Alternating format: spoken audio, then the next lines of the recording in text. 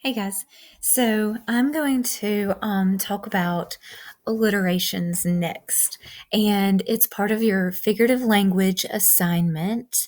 Um, right here, we're going to talk about alliterations. When you do your figurative language, like the similes and metaphors, the onomatopoeias, these alliterations, it just adds a little bit to your writing and adds more details and just your own little personality in a different way.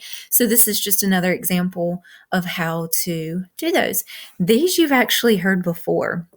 I'll come over to this screen and so they're kind of like tongue twisters. And one thing that I was reading about alliterations, it's not just that every word starts with the same letter. It's the fact that it starts with the same sound. That beginning sound is the key thing about it.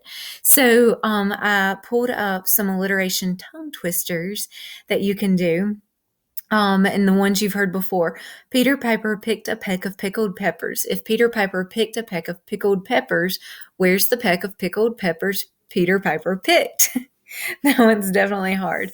A good cook could cook as much cookies as a good cook who could cook cookies.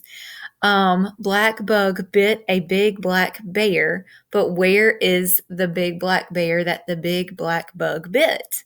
Sheep should sleep in a shed. Let's see. What's another one? Show Sean Sharon's shabby shoes. Um, Silly Sally swiftly shooed 7 silly sheep. The 7 silly sheep, silly Sally shooed silly shallied south. These sheep shouldn't sleep in a shack. So they're definitely tongue twisters. Maybe you could come up with your own little tongue twister for me. Another part that I thought was interesting were the alliterations in names like Chuck E. Cheese, Coca-Cola, Donald Duck, Dunkin' Donuts, Krispy Kreme, Mickey Mouse, Peppa Pig, Peter Parker. Ooh, Tanner would love that one. Seattle Seahawks. So even team names, SpongeBob SquarePants, Teen Titans, and Wonder Woman. So even with your characters within your writing, you can make them into alliteration names just to add fun to it.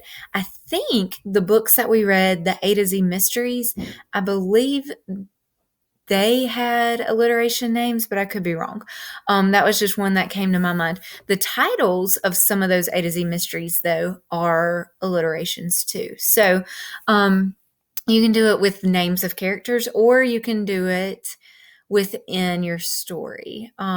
If you come up with any tongue twisters, I would love to hear them or see them written out. So, nothing you have to do, but just something fun if you want to. So, I wanted to explain those alliterations and while we were doing some of that figurative language. It's just pieces of your writing that can make your writing even better. So, just try it out and see what you can come up with. Maybe you can add an alliteration or a simile or metaphor to your narrative writing for this week. You could add it into your story about the mystery object that's in the attic. So that gives some kind of magic.